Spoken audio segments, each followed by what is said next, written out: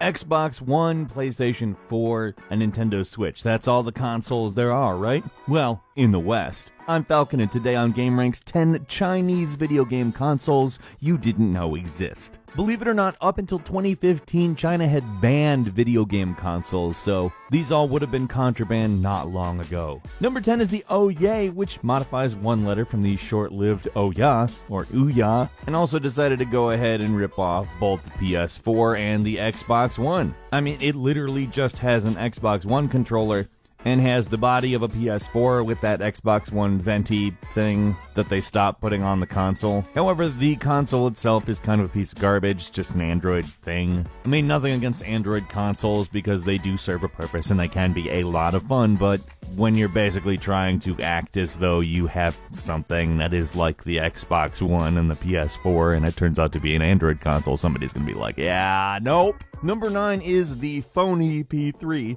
As you can see from the controller here, it is literally a direct ripoff of the Sony PlayStation. They were like, let's split up the shapes on the buttons, and somebody else was like, yeah. They're far from the only people who have done that, though. A pretty fantastic one that pretty much did the exact same thing was the Game Child, which is a tiny little Game Boy with one button. Another PlayStation called the Skumi, and finally, the Hammy Wee Wee. I don't even have to say anything about that. You know exactly what's wrong with that. Number 8 is the PCP Station, which, yeah, it's literally just an LCD game thing. It doesn't have a color display, though it advertises itself as having a color display. The only reason you could call it color was specifically that it had a backlight that created color, but sprites and characters were black, you know, because they were LCD games. Number 7 is the Snail O-Box, which is an Android gaming console. Like I said, not the worst thing in the world or anything. There's plenty of good Android gaming consoles, actually. This one happens to run on an NVIDIA K1, which isn't bad,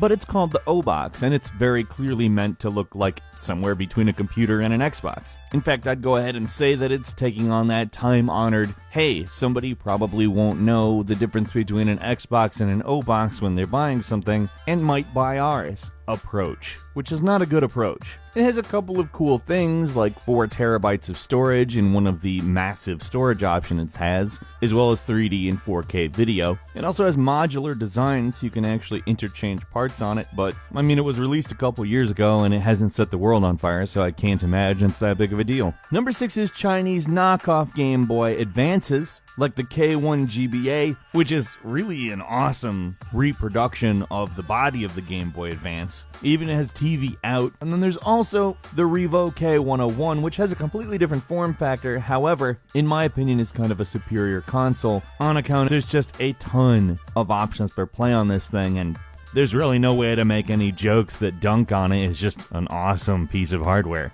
I mean, if you like classic Nintendo games. Number 5 is the Nintendo 64 iQue, which was released in China under a Nintendo subsidiary as an attempt to get around the game console ban. The iQue is basically a controller. It had no ports for adding games to it, it just had the games that came on it, which included Mario 64 and Zelda Ocarina of Time. Now, it's fully constructed to get around legal wording of what a video game console is. In other words, it is by no means an ideal thing.